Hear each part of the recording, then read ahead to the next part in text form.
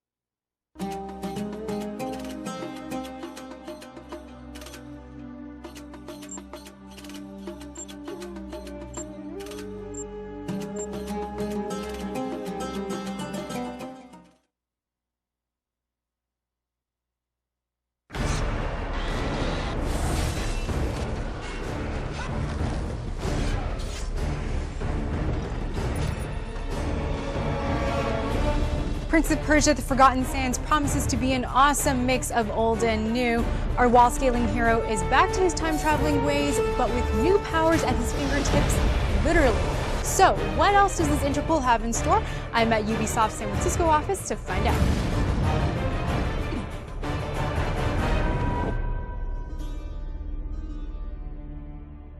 I'm with Michael McIntyre, level design director for Prince of Persia: The Forgotten Sands.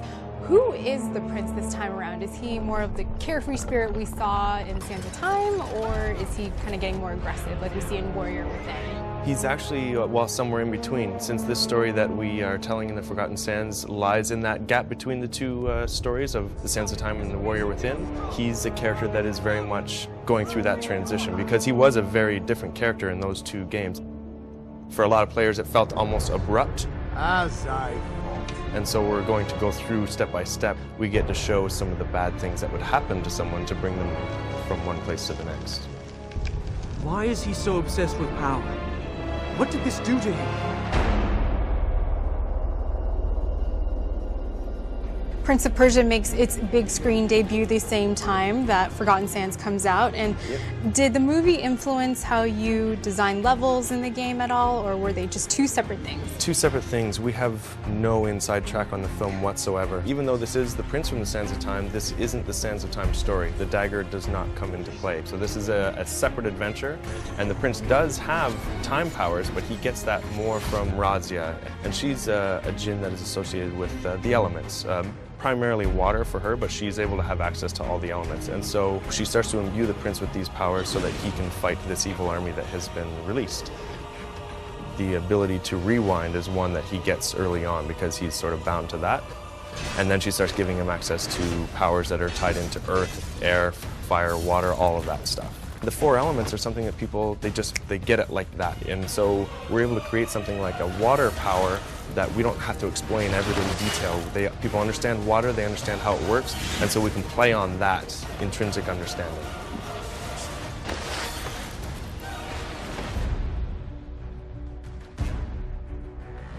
As far as weapons go, he's using just his trusty sword. Like, he's a swordsman through and through in this game. And a lot of the stuff that he does with the elements, like, he can use them for combat, he can use them to modify his environment, and so he has a lot of focus on that in terms of how he deals with the challenges in the game. It all falls back down to him and his sword, really. Our real hallmark was to bring back moves that were very familiar. So we made certain that, of course, he has the wall run, of course he has like all of his jumps and everything. He's like sliding down curtains and sliding down slopes and whatnot. Some of the moves are advanced a little bit, they're ramped up a little bit, so he's a little more acrobatic than he was just in Sands of Time alone. It was very tempting to go and do all kinds of new crazy things, but we wanted to keep ourselves grounded in Sands of Time acrobatics.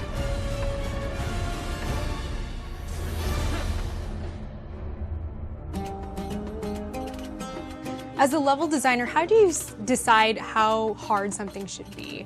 Well, this is the trick. This is really the thing. And I mean, we start with our own instincts based on like our own experiences. And then we go and, you know, you make it, you see how well you can do it, but ultimately it comes down to you put playtests, you put it in gamers' hands, watch them play, and it becomes dreadfully apparent what is not clear and what is not working. I mean, iteration, I think, is the key to getting quality in game development, and so we start iterating from day one. And what's most interesting is seeing what survives from step 1 all the way to step 12. Was there something that you wanted to accomplish specifically in this game? The thing that I wanted to accomplish was to have the acrobatics actually have a ramp-up, a challenge that goes throughout the game, to give the player more control over the acrobatics and to actually be able to introduce a bigger and bigger and bigger challenge throughout the game. It's something that's brand new to Prince of Persia, where the actual acrobatics get more and more difficult. We've created some very challenging things that were interesting for us to do, and hopefully will come across to the player as things that are pretty you know, wow for them to see as well. So if you like to jump around a level like a scared monkey, this Prince of Persia has your fix. The level design team worked really hard to make this a spastastic sandbox of acrobatic awesomeness, so get ready to get your prince on and party like it's $11.99.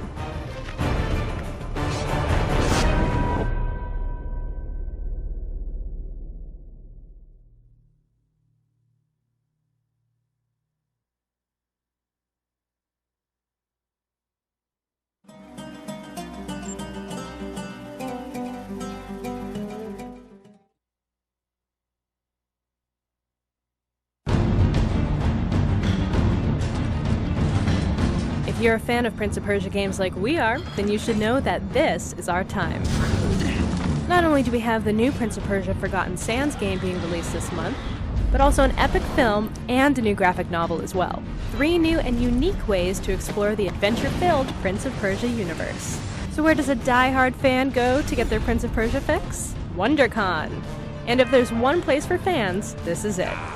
This year marked the 23rd anniversary of the annual comic book and pop culture phenomenon, and we decided to dive in and see for ourselves what the stars and fans are thinking about all things Prince of Persia. We are here at WonderCon 2010 in San Francisco, and I have found Klingons. So guys, what video games would you like seen turned into movies? Depend on it to have females. What do you think of the Forgotten Sands being an interquel, actually filling the 7-year gap between the other 2 games?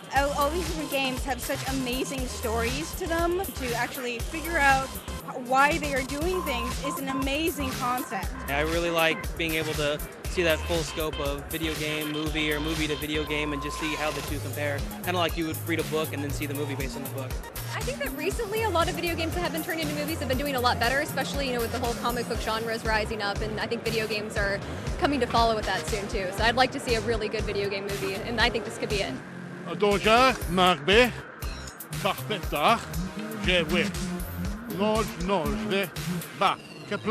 Tears of joy, we're hoping. In other words, can Jake G help the prince make the jump to the big screen without breaking his neck? In the movie, I think he's compelling a lot. Same reasons why he is in the game. For the, he's wry. He doesn't really take much that seriously, and he kicks some serious ass. I think what makes this character special, and I think also what makes this movie special, is that I think that we've succeeded in doing something that many people have tried and haven't succeeded at, which is make a video game into a really good movie. Okay, we're in. I'll go eat some popcorn and watch the movie, but for true fans of the franchise, the new Prince of Persia graphic novel will allow them to get even more caught up in the media sandstorm. Written by the creator of the original Prince of Persia game, Jordan Mechner, Before the Sandstorm serves as a prequel to the film. And just like that, a multimedia empire is born.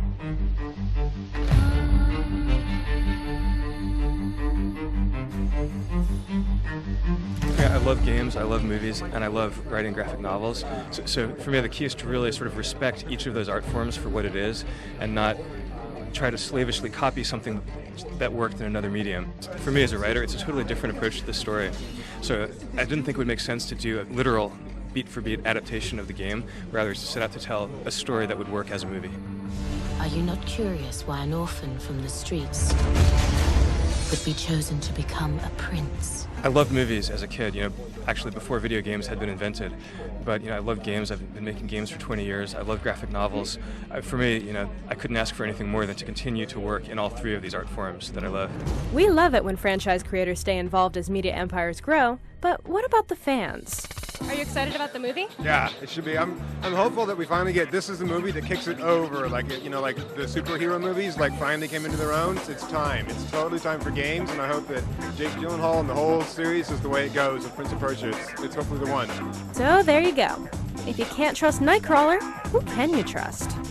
WonderCon is a place where media borders melt away. And so as franchises like Prince of Persia spawn off various media formats, it's the fans at places like WonderCon that will ultimately decide what stories and characters can capture their imagination and grow a media empire that stands the test of time. Move along.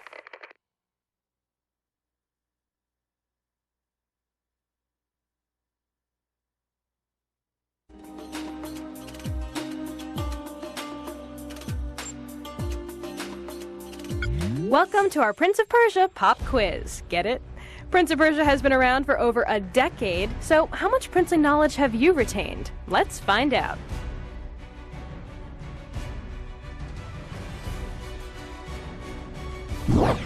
Which of the following is not an actual Prince of Persia title?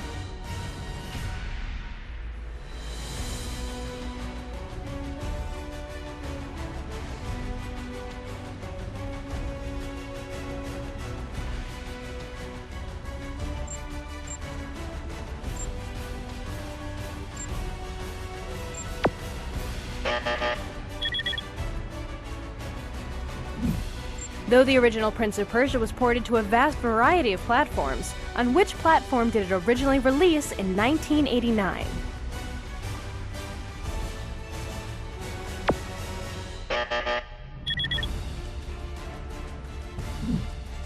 Which very popular movie that isn't the Prince of Persia movie, of course, has the closest resemblance to the original game?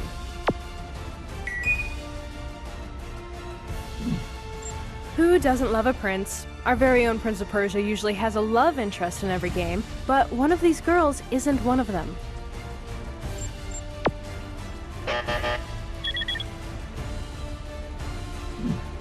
What happened when the prince broke the hourglass in Prince of Persia: The Sands of Time?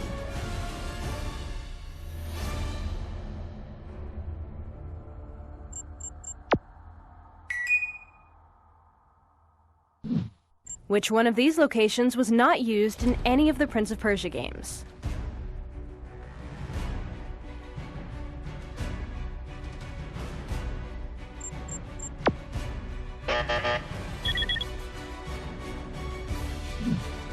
Not everyone has 9 lives. Even the King of Persia is no exception. How many times does the prince's father, Shahraman, die?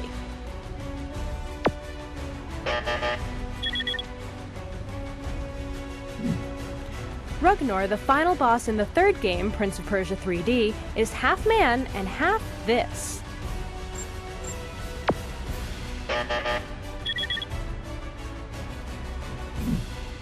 In the last PS3 Prince of Persia game, Alika's powers can be upgraded by collecting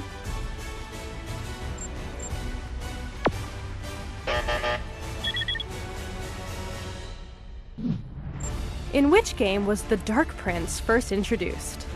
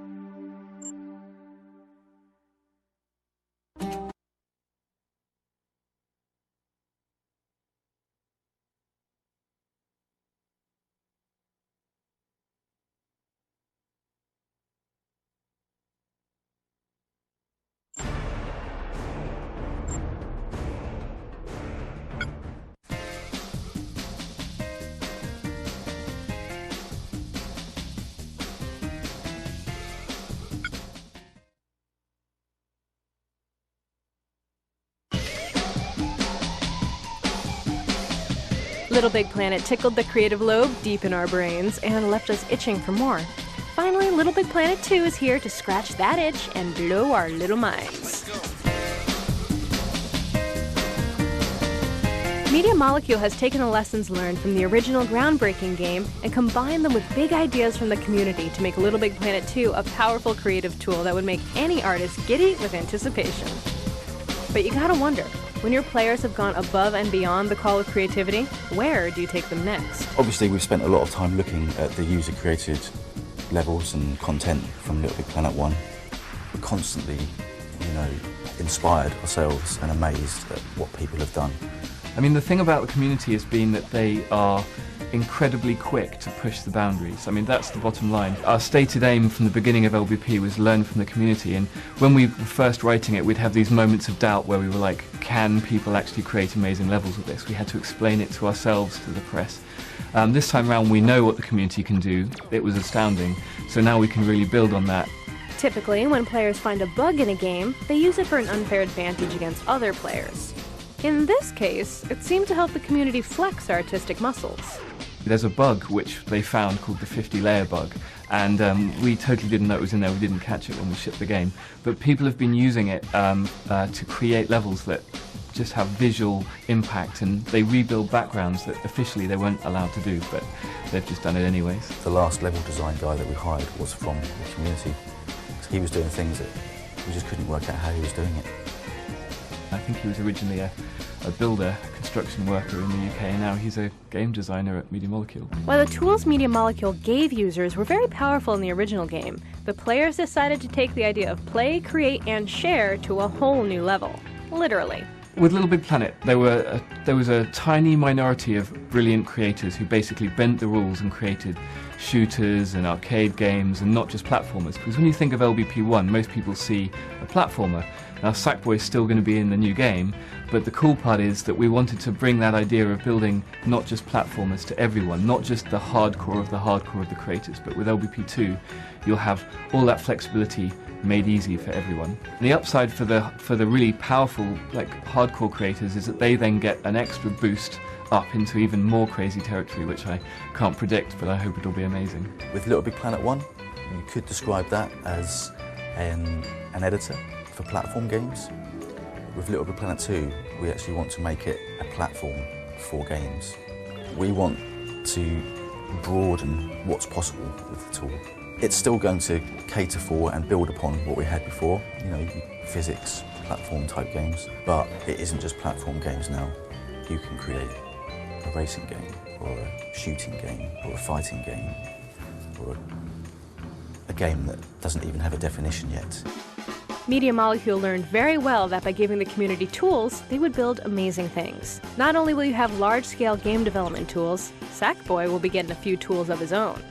One item you'll be getting a lot of new use out of is the grapple tool. Don't let those little stumpy sack legs get you down. If there's something way up high that you can't reach, the grapple will become your new best friend. Media Molecule has worked hard to make it easier to use all of the tools and to share your brilliant creations with your friends. So one of the big things the community asked us about was so I've made a cool level, how do I tell everyone about it? How do I get people to make my level popular? And that's one of the big things we've really been working hard on, and the web is going to be quite a big part of that as well. One of the ideas that we've actually got running internally now is that every level you publish gets a web page, gets its own web page. And what will happen is that when you publish, you can go and distribute that link to all of your friends. They can go online, even if they don't have a PS3 yet, they can go and check out the level, the high scores, the screenshots. And then from the web, they can then connect it back to their PS3, so they can be browsing the web at work or on their lunch break and click loads of levels they like the look of, and when they come back to the PS3 and the PlayStation network, they'll be able to see all of those levels ready queued up to play. So it's finding ways to close that loop so that players can find the good stuff. But don't worry, it's still going to be the same Little Big Planet universe you know and love, just way more advanced. From the graphics angle, I've been redoing the lighting so that even existing levels that you've already created, if you resaw them in LBP2, you'll have that level of flexibility and lushness that mean that if you want to do a really dark level or something that's very personal to you, that visual style will be possible much more so than in the first game. With the DLC, Obviously a big part of that was the costumes. And the interesting thing about that is that with Little Big Planet 2, all of these costumes that you may have bought, you're going to suddenly find that they've got another use that they didn't have in Little Big Planet 1. And you're going to want to have a large wardrobe.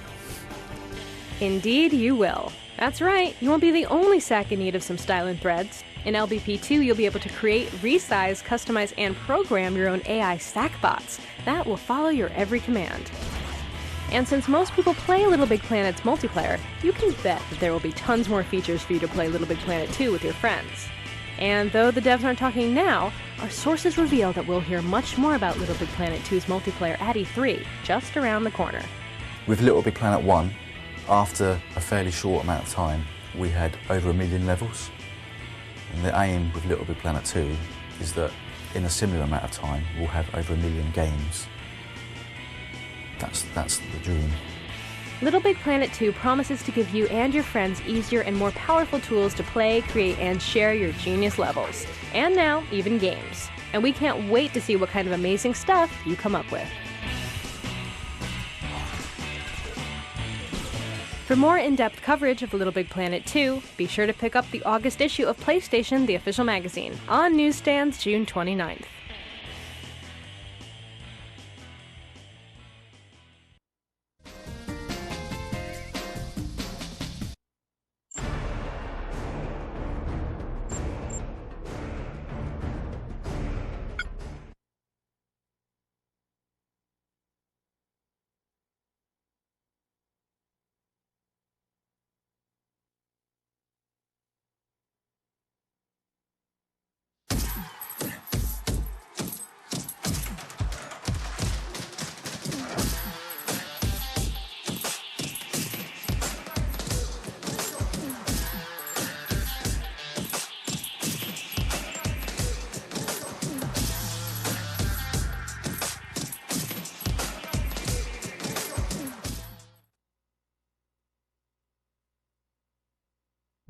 Built to destroy. A fighting legend. A gamer? To our surprise, video games and gens go hand in hand. Not to mention, he's a PS3 exclusive character in UFC Undisputed 2010. With Undisputed, what do you think it'll do in terms of uniting the gaming community and, MMA fans? Well, as probably one of the baddest gaming nerds out there myself, I've been kind of standing alone in that world. But I think what people need to understand is, it isn't about your everyday tap-out shirt. It isn't about just because you train in the gym. You can love the sport no matter what you do for a living. You don't have to be some tattooed, whiskey-drinking fool to love the UFC, Are you really the only nerd in the UFC? I mean, I believe it if it's true. But I don't know if I'm the only nerd, but I'm the baddest. I'm the nerd you don't want to mess with. I can tell you that. I mean, that's on the streets. But when it comes to games, I've always loved them. That's always been my thing. People buy cars. They'll go buy these. They got all these hobbies. Mine has been graphics, electronics, and games. Man, I love them. I've always loved them, and it's just something I always continue to love. What are you playing right now? What's Final in your Fantasy. Final Fantasy. If you went home and you flipped on my PlayStation right now, you'd see me on Final Fantasy. I'm up there on Chapter 9 right now. So I don't know where I missed my haste buff and all this, but I was reading about it, and I don't have my haste buff, so I'm going to have to go through and redevelop one of them. Never would have pegged you as an RPG guy.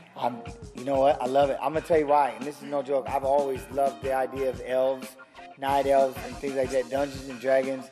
I thought the world of it always growing up, and it's everything I ever thought about. I remember a little kid rolling the dice, and somebody just had to have a good, a good imagination. Now you get to see everything laid out in front of you. It's just perfect. I love it. What was it like seeing yourself in a game for the first time? It's pretty mind-blowing. I think little tattoos and everything on it. I mean, it was, and I'm really excited now, though, with graphics. It really blows your chunk to look at. You're like, holy cow, I'm like, I need give me 6 more muscles, give me some better abs, But, no, it is pretty cool. I love it. It's just a blast to get a look at yourself, and, what can you say? It's flattering. How accurate is it? Oh, he's pretty accurate. He's snaggly, he's roughed up, and he pretty much looks just like me. And what about the moves and stuff? It's not hard to mimic my moves. Punch, punch, punch, punch. So, awesome. No, it's about it. That's all it takes, you guys. The UFC World Champions. Hey, if you can keep them on your feet, then it's punch, punch, punch, sprawl. I'm the godfather of the lightweight division, and we say that because, you know, it's only been 9 years, but still the sport's grown so much. We didn't even have the weight class, and I was the first one ever. I started the weight class, and I won the first ever world title at 155 pounds. I'm lucky, I'm fortunate, and I'm just real thankful that they're not forgetting the old guys just yet. The old guys. The name, Lil Evil, how did that come about? First off, Mom, she already knows I'm not some pagan, you know, I'm a God-fearing man, but it's got nothing to do with that. What it was every day going to the gym, day in, day out, you're training for a fight, it's routine. You only know what day it is based on your workouts. I had my cup of coffee and I'm in just being grumpy, and Pat's like, "Ooh, we ain't you just a little evil thing today?" And I'm like, "Hey, I like that." And that's really how it started, because they used to try to call me the pulverizer, and I'm like, Too easy. Yeah, it's too easy. I go, "Little evil." I go, "Oh." And so he goes, "I'll tell you what," he goes, "you knock out John Lewis in this fight coming up, and that'll be your new nickname." And I knocked him out in 14 seconds, and that is. What's next for you?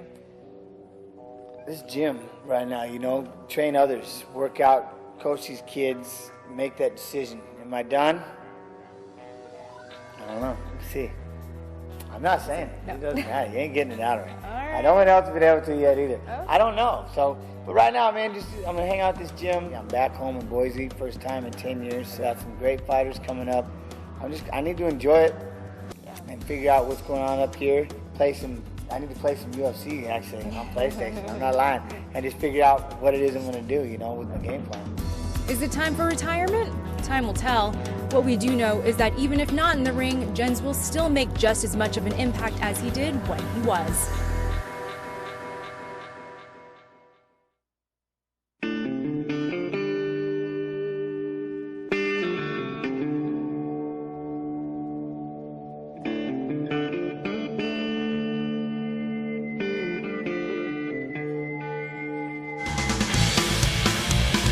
Jens Pulver, a fighting legend, the first UFC featherweight title holder, and exclusive UFC Undisputed 2010 character. Fresh off opening his gym in Nampa, Idaho, we decided to check out his new digs. We are inside the Driven Training Center with Jens. Everything is looking brand spanking new in here. How long has it been open? 3 months, just about. I mean, we started working a little bit, I think around December. So we really tried to start opening in January, was our big time. So this is kind of how we've been since then, just patchworking together, you know. Why did you decide to open this? You know, I mean, I think the biggest thing was I was saved by coaches growing up, literally. My dad was an abusive drunk, and I grew up as a wrestler, and the coaches always took the time to help me. You know, if it wasn't for them, you know, I'd have been in a lot of trouble. My brother's serving 55 years in prison because, you know, he kind of went his own way. So now that I'm getting to that point that you never think will get there, like retirement, you know, it's time for me it's my turn. It's my turn to give back to the community, give back to the kids. So we started the Driven Elite Wrestling Club, and we got kids from, you know, we have the babies that are in there doing the hybrid fitness from 6 years old to 10. We're going to move next door, and we want to put all the mats in there and make it a full-time wrestling room. And because that's my passion, that's my love. I know UFC's coming into the world. Everybody's all about grappling and submissions, but one of the best foundations and best bases, especially for me, is wrestling. The beautiful thing about wrestling and fighting, MMA, grappling, we're individuals just trying to be on a team. I think that's why our bonds are different than, say, football players and things like that. We're all individuals. We individually have to step out there by ourselves. So at one point, we know we're going to have to show what we got, our heart, our conditioning, our courage. And these kids are learning that from a young age. It's my way of accepting and stepping into that next wave, that next level, and saying, okay, you know, I'm done. Now it's my turn to, you know, let's change some kids, let's make a difference, and let's show them that, you know, they got a chance too, and no doors are closed. Jens's hard-won beliefs are embodied in his clothing line, which he likes to refer to as lifewear. The underlying themes again stem back to his childhood. What drives you? What motivates you? What trials in your life have helped shape who you are? We've heard your story. It's compelling. You've turned a negative into a huge positive. Now I want to get into the nitty-gritty of it all and see what you do. Oh, now it's time to get back into the dungeon. This is the hard work factory we're heading into. The halls of screams. It shouldn't be too bad, you know, but that's called hard work. It doesn't always smell the best, but no So here we go. Right now we're just going through different positions and the MMA type grappling, you know, things that can happen on the ground, arm bars you can fall into. Yeah, it hurts. See Coach Fickman's over there. We got a couple of the guys in here. These are a lot of our pro fighters. We have different stations. The bike is so easy.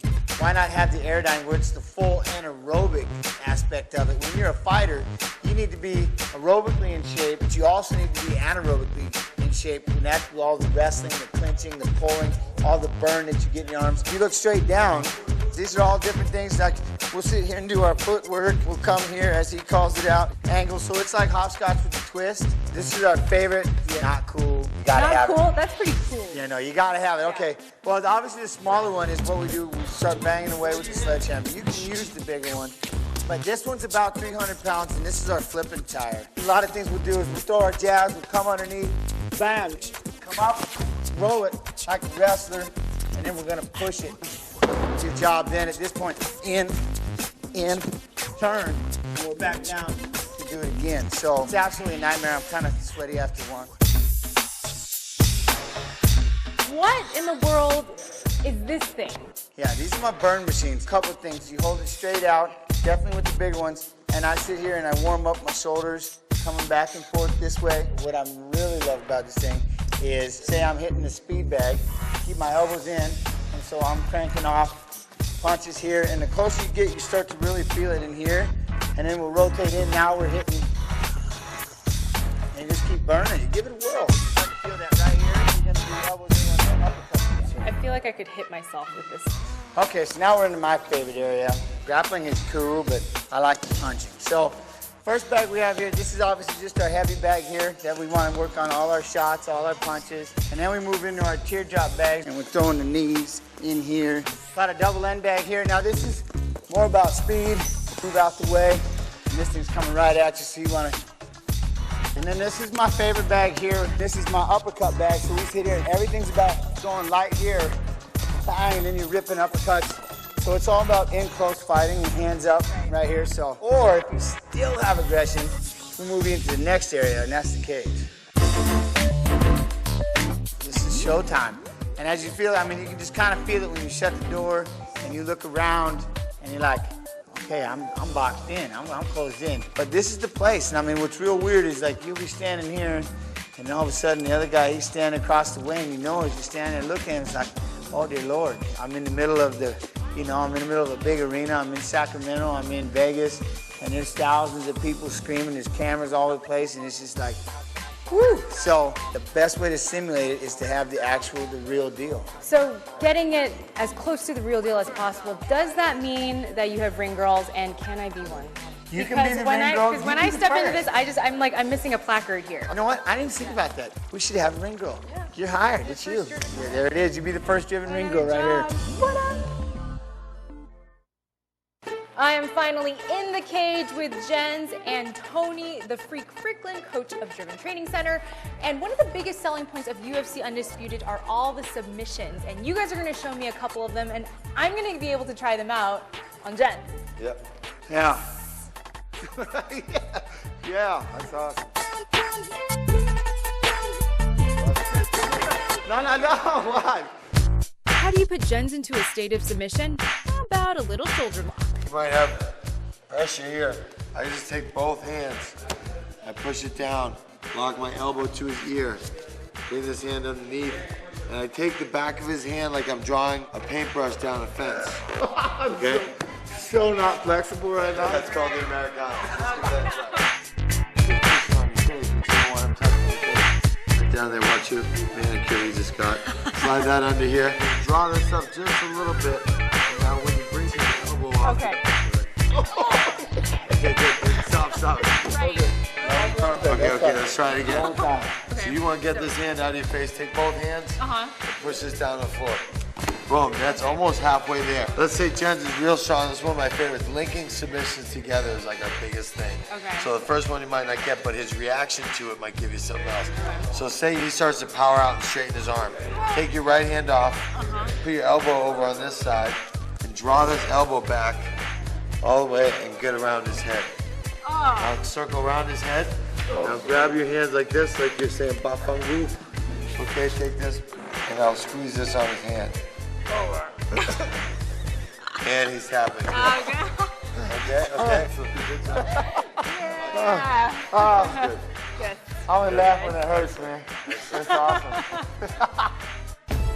Now that we nailed some basic submissions, it's time to ground and pound, baby. So what I'm gonna do, Jens is on the ground, I'm inside mount. This guy's trying to work his jiu-jitsu, so he's trying to push up on me. Everything. When he's pushing up, I'm just gonna come right up. And I'm gonna go to work. If he wants to continue to do this jiu-jitsu, if it gets squirrely, I just go back down like we did a minute ago. And now I can finish up there.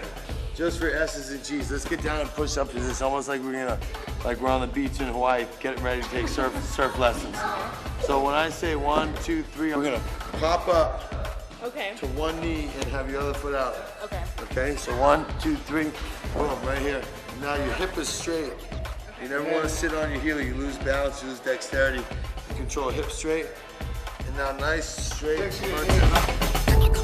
here. Push right up. Go harder. Okay. Now, if it gets crazy, sprawl right back down. Get some across your throat. Oh, punch. She popped up. Good. Now sprawl back down, attack this arm and pin it to the floor like you did before. Let's get that Americana, pull it in tight. Good. Pop back up for punches. Boom, so that's how we go offense, right back to submissions to ground and pound. Get that leg out. Sprawl down. Cross face him, bring this back. Cross face him here. If he turns to his belly, go right here, look. Put this behind his head and squeeze everything together. Good. Oh my God, I heard it. Good job. Eyes fine. It's all soft tissue, no real damage. It's all good. No, it's just the throat. Oh, okay, yeah, whatever. And that's it. Everywhere you turn on the ground, they're popping up and sticking something in your face, they're punching you, they're choking you. It's hard. That's why they say anything at any second can happen in the sport. You can get caught at any moment. You know, you never know where to turn sometimes. That felt good. I bet it did. Really look here. Good job. There you have it. What we like to do at Driven.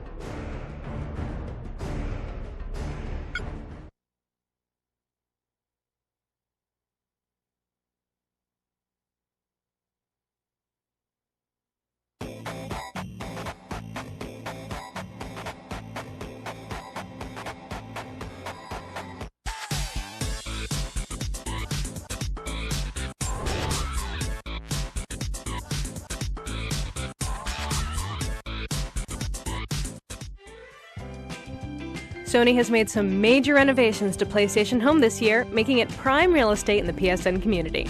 We're not just talking about a few new stores in the mall either, though they've got those too. You'll now find a ton of new truly immersive virtual worlds with lots to do, like the upcoming Midway Zone, that'll remind you of those warm summer nights chilling on the boardwalk, but with a few twists. We sat down with PlayStation Home's director, Jack Buser, to get the inside scoop on the game-changing upgrades to your personal virtual reality. So Jack, it's been almost a year and a half since Home first launched. How have things changed since then? Well, I think the biggest change since launch is just the amount of content we have in there. You know, if you're a gamer, there are over 100 games to play inside a PlayStation Home. So over 50 spaces and over 4,000 virtual items at last count. Would you consider Home a social network, a gaming platform, or some kind of combination of the two? But we actually like to call it a social gaming network. Really, Home was all about bringing gamers together so that they had friends on their friends list to play games with. What we realized very quickly is that the best way to get gamers to meet each other is to put a game in between them.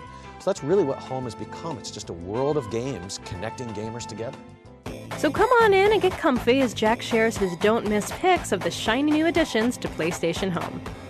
Well, I think one of the most recent updates to the Qore client, which really is the sort of backbone of PlayStation Home, was a major update that updated just the speed at which Home operates. So loading times have been significantly reduced or eliminated entirely, and just your ability to navigate around the more than 50 spaces has been made much easier. You have a whole new navigation interface that's much like the cross-media bar that allows you to quickly access all the great content at home, meet up with your friends, and do whatever you want to do. Well, I think, one of my favorite things about PlayStation Home is all the great content that the users themselves are creating. I mean, whether that be Gamer in Depth, which is a podcast that's based off of the meetings held by the Nameless Ones, or whether that be Team RHO with their forum parties, or even things like PlayStation Home Today, which is a huge social network for users of Home. They actually create a fashion magazine called Homestyle Magazine. It can be over 80 pages long, just talking about all the cool stuff that's happening at PlayStation Home.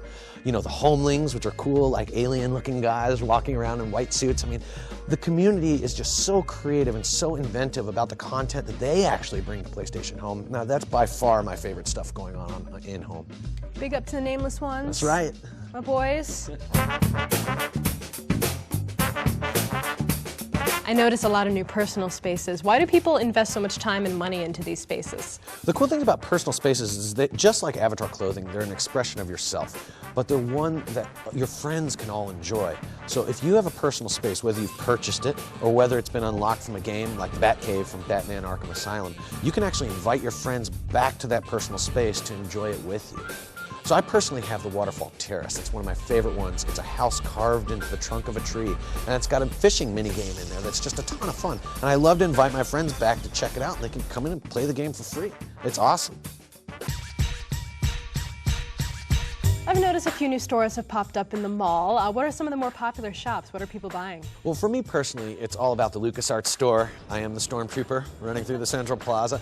I think it's just so awesome to see LucasArts bring the Star Wars franchise to PlayStation Home. They've also got Indiana Jones, if you're into that. You know, you can totally dress up like Indy, which is awesome. But we're seeing more and more people actually create stores that are bringing new IP as well. So for instance, our friends at Sony Pictures actually have a team called Loot. And there's a Loot store in the mall that's creating not just IP from Sony Pictures, like the Ghostbusters outfit and cool stuff like that, but totally original stuff that these guys are dreaming up. So the Loot team is absolutely fantastic. If you haven't been in that store, they've got some awesome stuff you can check out. So Sodium is a variety of different games that are all connected through a social hub. Right? So whether that be the Salt Shooter, which is that sort of tank game that you've seen, or whether it be the bartending game where you're serving drinks for people surrounding the bar, these are all connected with this framework. So Vicky, which is the android that you first see when you walk into the space, she has a variety of quests that she'll send you on. Those quests are the games that you play or other things that she'll send you on. You earn points, and those points will later unlock rewards. So that's the central framework that keeps people in the hub, that keeps people playing the hub, and these things are all dynamic. It really was the first MMO inside of Home, and it really defined the strategy for where we're going as a platform. And now we have tons of developers coming to us with all kinds of new and unique game ideas that are only possible because of Home and what it is and the kind of game platform that it represents. One of my favorite new spaces has actually been the Midway space, which is a full-on carnival for users with tons of mini games to play. You can collect items, win rewards, and flesh out this personal space which you get for free just for showing up. I mean, it's an amazing example of how home really truly is becoming a social game platform and is creating game experiences that you can't replicate anywhere else. So we have, you know, your traditional games like Darla's Darts, where you're throwing darts against balloons against a board and winning prizes, or Frog Flinger, where you take these rubber frogs and you're throwing them against these lily pads which are rotating around. You win tons of prizes. But the prizes, some of them are just so crazy, like a shirt with a big hole you could see right through your avatar. We even have a human cannon where you shoot your avatar and other crazy stuff like that. So if you're a gamer, you're going to totally love this. What would you say is the long-term plan for home and keeping it relevant?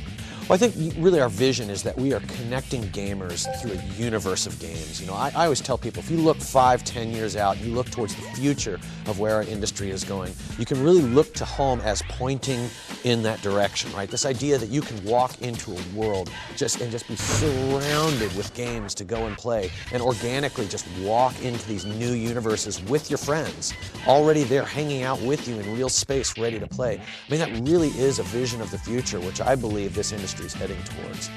The other big direction for the platform that I think is really exciting is this idea of total game integration. This idea that the world of the game actually expands into PlayStation Home, and users can game launch between home and the game, back and forth.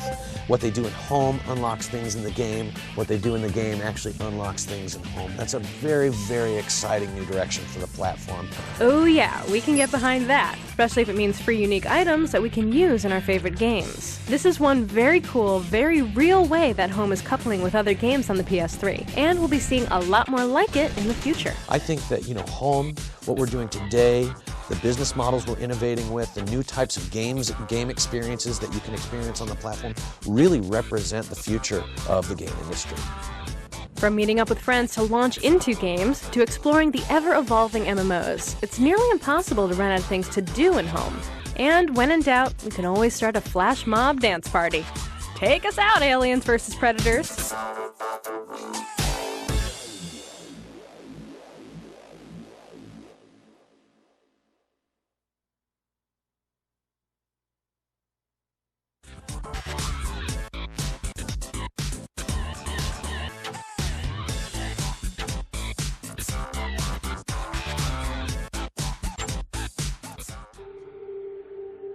If you're not familiar with the steampunk subculture, we'll start by telling you this. It's part Victorian, part science fiction, and all awesome. In a Qore exclusive announcement, PlayStation's Catherine De Leon reveals the specs on the brand new steampunk-themed world within home. I've heard through the grapevine that you're working on a steampunk-themed world in home. Can you tell us more about that? Yes, we're very excited. It's a Victorian, futuristic, industrial game world that really marks a new era in social gaming for PlayStation Home. So what's different about it? What are some of the more interesting aspects of this zone? Well, I think the story is one of the most magical components of this world. The story itself was developed by Studio Folio, the creators of the Hugo Award-winning Girl Genius online comic. And the idea of this world, the story behind it, is that there is a meteor that is going to crash and kill everyone. So all of the world's greatest scientists and engineers have gathered in this one place, and merchants have come to service them in that area too. So they've gathered there, and they are all competing to build the rocket that will hopefully dislodge the meteor and save the world. So it's more than just an area that you go to hang out with your friends in home. It's really like an interactive game. Yes, exactly. It's a very, very highly social, objective-based experience. There is a Steam trade game.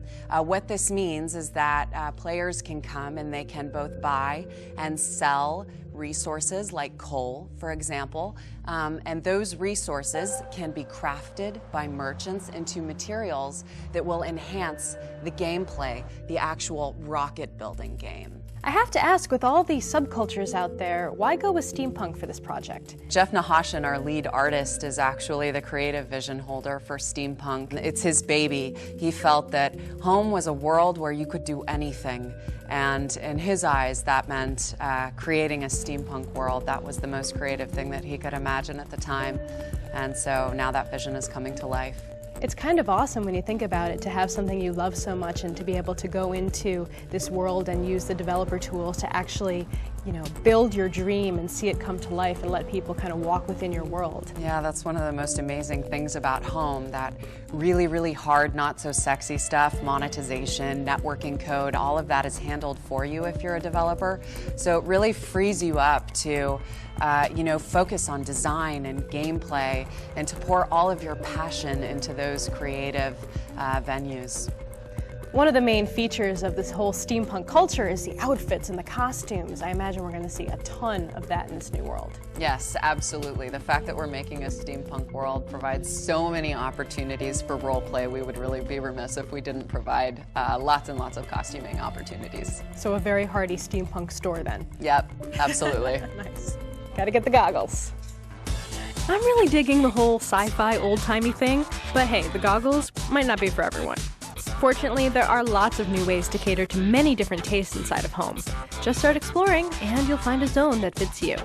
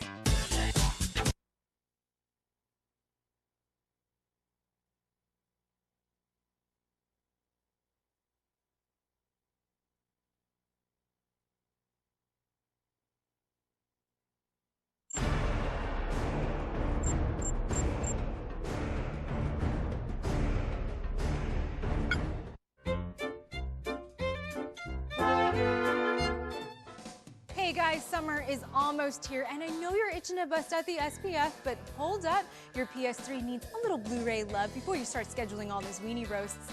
These are the titles you should grab for your console to metaphorically make out with this May. Who here knows the rules of rugby? Oscar-nominated drama Invictus is the true story of how Nelson Mandela joined forces with South Africa's national rugby team to help unite the country and overcome apartheid. Matt Damon plays the team captain in charge of leading the underdogs in their historic run to the Rugby World Cup Championship. I am the master of my fate. I am the captain of my soul. The last time God lost faith in man, he sent a flood. This time, he sent angels. Who knew angels had six-packs? In Legion, God has given up on mankind and sends his army of angels to decimate the human population. A ripped Paul Bettany plays Archangel Michael, who descends from heaven to save humankind. Yes, God knows you're stealing office supplies, and he's not happy about it. I don't even believe in God. Well, that's just fine. Bobby doesn't believe in you either. In The Messenger, Army Sergeant Will Montgomery, played by Ben Foster, returns home from Iraq and is assigned a unit that notifies loved ones of soldiers' deaths. Woody Harrelson plays his partner Tony Stone in a role that earned Harrelson an Oscar nod. Avoid physical contact. In case you feel like offering a hug or something, don't. I'm not going to be offering any hugs, sir. How many people do you think are still alive?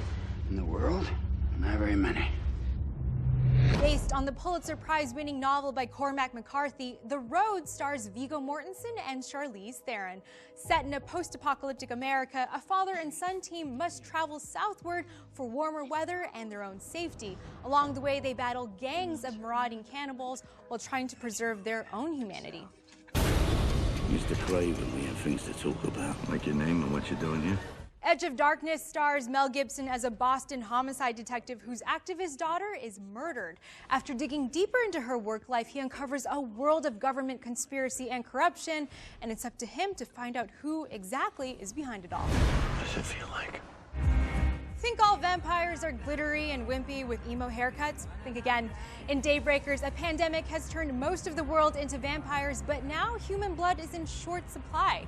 Ethan Hawke stars as a scientist trying to find a cure for the sanguine shortage. The horror thriller also stars Willem Dafoe with a crossbow.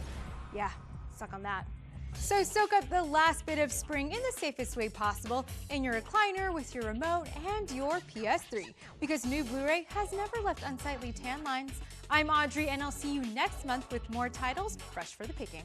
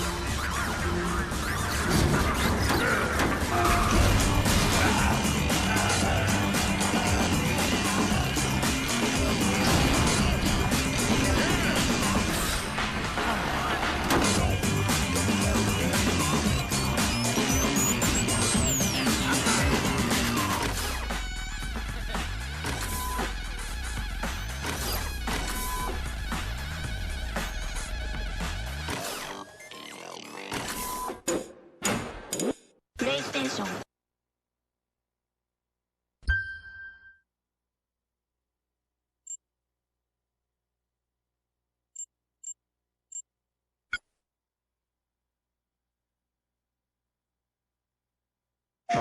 My name is Ted Price. I'm the founder and CEO of Insomniac Games. What I like the most about being in games is the unfettered creativity. Players are now starting to experience that with all the new games that are coming out that give you the player the opportunity to create your own worlds. And I think Mod Nation Racer is actually a good example of that. Really, there's no creative decision that is truly wrong.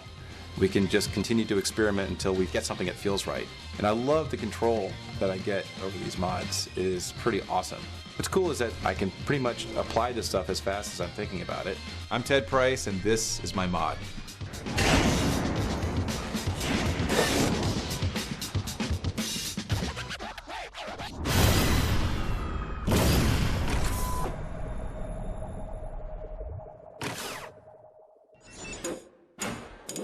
PlayStation.